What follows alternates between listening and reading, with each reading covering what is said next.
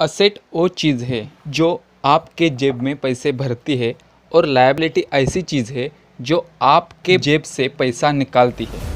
नमस्कार दोस्तों, मैं हूँ ऋषिकेश और आप सभी का स्वागत करता हूँ हमारे यूट्यूब चैनल पे। आज हम ऐसे कुछ पॉइंट्स देखेंगे असेट और लायबिलिटी के बारे में जो हम हमारी खुद की लाइफ में इम्प्लीमेंट करके फाइनेंशियली वेल्थ क्रिएट कर सके और इसकी हम हैबिट डाल सके। तो चलिए शुरू करते हैं आज का टॉपिक, जिसका नाम है असेट्स एंड लायबिलिटीज। जैसे मैंने स्टार्टिंग में कहा, असेट्स यानी जो आपको कुछ ना कुछ इनकम दे सके करंट में या फ्यूचर में, और लायबिलिटी वो चीज़ है जो आपको इनकम नहीं देती, इसके अलावा खाली खर्चे देती है, यानी आपका एक्सपांस बहुत होता है, उसको हम लायबिलिटी कहते हैं। तो हम सबसे पहले उल्टा आते हैं, लायबिलिटी को सबसे पहले एक्सप्लेन करते हैं। तो पहला पॉइंट है हमारा लायबिलिटीज़। देखिए, लायबिलिटी ऐसी चीज़ें होती है जिसके बिना हम जिंदा तो रह सकते हैं, यानी अच्छे से रह सकते हैं, फिर भी हम उसे ज़रूरत न होने पर भी खरीद लेते हैं, उसको हम लायबिलिटी कहते हैं। फॉर एग्जांपल के लिए हमारा महंगा मोबाइल,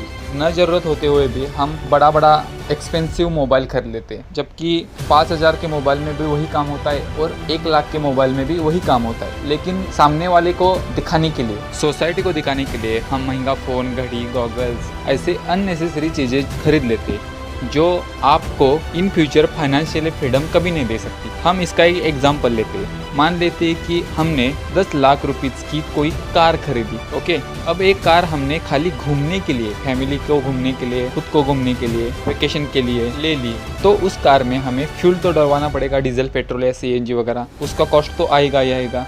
उसके बाद उसका मेंटेनेंस, टायर्स, उसका खर्चा अलग। अगर कार लोन पे ली है तो उसका EMI तो जाना तय है, और हर साल उस कार की वैल्यू 15 से 20% घट रही है। यानी आज हम 10 लाख रुपीज़ की कोई कार लेते हैं और वही कार हम नेक्स्ट ईयर में बेचने चले जाते हैं तो उसका दाम गिर जाएगा, 2 से 3 लाख रुपए उसका दाम घट जाएगा, हमें बेचनी पड़ेगी 7 लाख रुपए में। यानी एक साल में हमने घूमने के लिए उस कार को खर्चा किया, फ्यूल डाला, टायर्स, मेंटेनेंस, EMI पे इंटरेस्ट, और उसके बाद बेचने चले गए तो 7 लाख रुपए, 8 लाख रुपए आ गए, यानी 2-3 लाख का नुकसान। और 2 साल रुक गया तो 5 लाख पे जाएगी, यानी हमारा अकाउंट माइनस में चला गया। उस कार से हमने कोई भी प्रॉफिट जनरेट नहीं किया। सपोज वही कार हम खुद के लिए भी रखते और वह passenger car, as a passenger car यानी ट्रैवलर एजेंसी को हम भाड़े पे दे देते, तो उससे कुछ ना कुछ इनकम जनरेट होता रहता। वो फुल असेट नहीं बनता, लेकिन उस कार का कुछ हिस्सा असेट बन पाता, उससे कुछ ना कुछ इनकम जनरेट होता। इसको हम बोलते हैं कन्वर्ट लायबिलिटी इनटू असेट्स।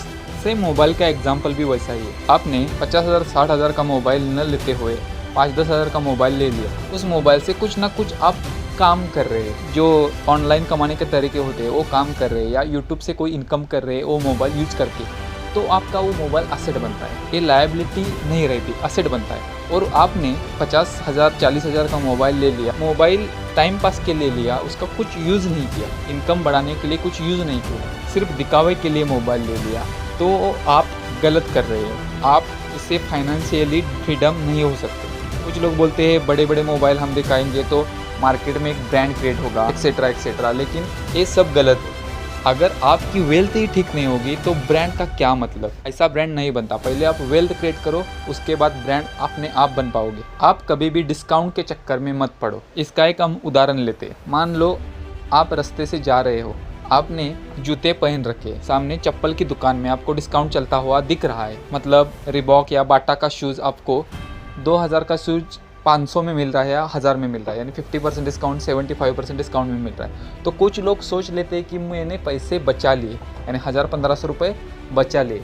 ये उनकी गलत फहमी होती है। हम वो चीज़ खरीद रहे हैं जो ऑलरेडी मेरे पास है, मुझे उस चीज़ की ज़रूरत नहीं है, फिर भी हमने वो जूते खरीद लिए, तो हमने 1,000-1,500 रुपये बचाए नहीं, बल्कि 500-1,000 रुपये वेस्ट कर दिए, यानी हमारी लायबिलिटी बढ़ा दी। महंगे फ़ोन्स, महंगी गाड़ियाँ, बड़े बड़े ब्रांड के shoes, watches, luxurious travelling, branded sunglasses, branded कपड़े, 3 star 5 star restaurants, makeup kits, ये सब लायबिलिटीज़ है। ये लायबिलिटी आपको कभी भी फाइनेंशियल फ्रीडम नहीं दे सकती। आपकी आगे चल के फाइनेंशियल जो वेल्थ है वो बर्बाद हो जाएगी।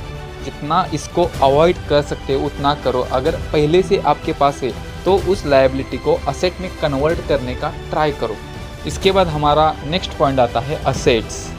असेट यानी ऐसी चीज़ जो आपके पॉकेट में पैसे भरे, यानी आपको कुछ ना कुछ इनकम करके दे। तो हमें असेट पे ज़्यादा फोकस करना है लाइफ में। Land, properties, flats, factory, machines, commercial vehicle, ये सब फिक्स्ड असेट है, यानी कुछ ना कुछ आप उससे इनकम जनरेट कर सकते हो। फैक्ट्री और मशीन से आप क्या कर सकते हो, प्रोडक्शन करके मटेरियल बाज़ार में बेच सकते हो, तो कुछ ना कुछ आपको इनकम आता रहेगा। इसलिए मशीन को असेट की कैटेगरी में गिना जाता है। कमर्शियल व्हीकल और व्हीकल में डिफरेंस क्या है? कमर्शियल हम जो लायबिलिटी में व्हीकल यानी कार जो हम देखते हैं, वो असल में लायबिलिटी क्यों है? क्योंकि उससे कोई कार से कोई इनकम हम जनरेट नहीं कर पाते। कमर्शियल व्हीकल का मतलब क्या है? आपने कोई गाड़ी ले ली और वो ट्रैवल एजेंसी के थ्रू भाड़े पे लगा दी, तो उससे कुछ ना कुछ आपको इनकम आ रहा है। उसके बाद आपने कोई बड़ा ट्रक ले लिया, टेम्पो, ट्रैवलर ले लिया, वो उससे आप क्या करते हो? घूमने के लिए तो आप उसका यूज़ नहीं करते, हाँ, यानी वेस्ट यूज़ उसका आप नहीं करते, उसका यूज़ आप प्रॉफिट कमाने के लिए करते हो। तो वो कमर्शियल व्हीकल कैटेगरी असेट में आती है। उसके बाद आपका लैंड या प्रॉपर्टीज़ या फ्लैट आप रेंट पे दे के कुछ ना कुछ आप मंथली बेसिस पे या डेली बेसिस पे या ईयरली बेसिस पे आप उनसे सामने वाले से रेंट लेते हो और आगे जाके उस प्रॉपर्टी का रेट भी बढ़ जाता है। सेम एग्जांपल हम कार और प्रॉपर्टी के लिए लेते हैं। लायबिलिटी में हमने 10 लाख की कार ली, 20 साल के बाद उस कार की वैल्यू 50,000 या 1 लाख, मैक्सिमम 1 लाख तक रह जाएगी और आपने उसको मेंटेनेंस के लिए खर्चा किया वो अलग। उसी जगह आप 10 लाख की लैंड ले लेते हो, कुछ प्रॉपर्टी ले लेते हो, तो 20 साल बाद उस प्रॉपर्टी की वैल्यू 10 लाख से 1 लाख कभी नहीं आएगी। उस प्रॉपर्टी की वैल्यू 70-80 लाख से 1 करोड़ तक हो जाएगी और आपको मेंटेनेंस चार्ज कुछ भी नहीं आएगा। इसीलिए आप एसेट पे ज़्यादा फोकस करो, लायबिलिटी पे नहीं। कुछ एसेट ऐसे हैं जो मूवेबल एसेट कहते हैं, यानी कुछ bonds, jewellery, silver, gold, share market में इन्वेस्टमेंट, एफडी यानी बैंक एफडी, फिक्स डिपॉजिट। उसके बाद हमारा आता है एसआईपी यानी जो शेयर मार्केट में हम म्यूचुअल फंड थ्रू एसआईपी करते हैं, यानी सिस्टमेटिक इन्वेस्टमेंट प्लान। उस पर हम एक डिटेल में वीडियो बना देंगे। ये सब असेट में आता है, यानी मूवेबल असेट हो या फिक्स्ड असेट हो, हमें असेट बढ़ाना है, लायबिलिटी ज़्यादा नहीं बढ़ानी है। इससे हम फाइनेंशियली फ्री जल्दी हो सकेंगे। कुछ लोगों का कहना होता है फाइनेंशियल फ्रीडम यानी हमारे ऊपर कुछ भी लोन कर्जा ना होना, इसको फाइनेंशियल फ्रीडम कहते हैं। ये सरासर गलत है। फाइनेंशियल फ्रीडम का मतलब ये होता है कि लोन तो नहीं हो, लोन तो होना ही नहीं चाहिए। उसके अलावा ऐसी कोई भी चीज़ आप खरीद सको जो आम आदमी चाहकर भी न खरीद सके, वो आप खरीद सकते हो। इतनी वेल्थ क्रिएट करना, इसको हम फाइनेंशियली फ्रीडम बोलते हैं। हम ऐसे असेट पे एक वीडियो नया बना देंगे, उसमें हम जानकारी देंगे कि कैसे असेट से वेल्थ क्रिएट की जा सकती है और कौन कौन से ऐसे असेट से हम उस वीडियो में कवर कर देंगे। आई होप आपको ये जानकारी अच्छी लगी होगी। ऐसे ही इन्फॉर्मेटिव वीडियो के लिए हमारे चैनल को सब्सक्राइब कीजिए। मिलते हैं अगले वीडियो में। हमारे साथ जुड़े रहने के लिए प्रेमपूर्वक धन्यवाद।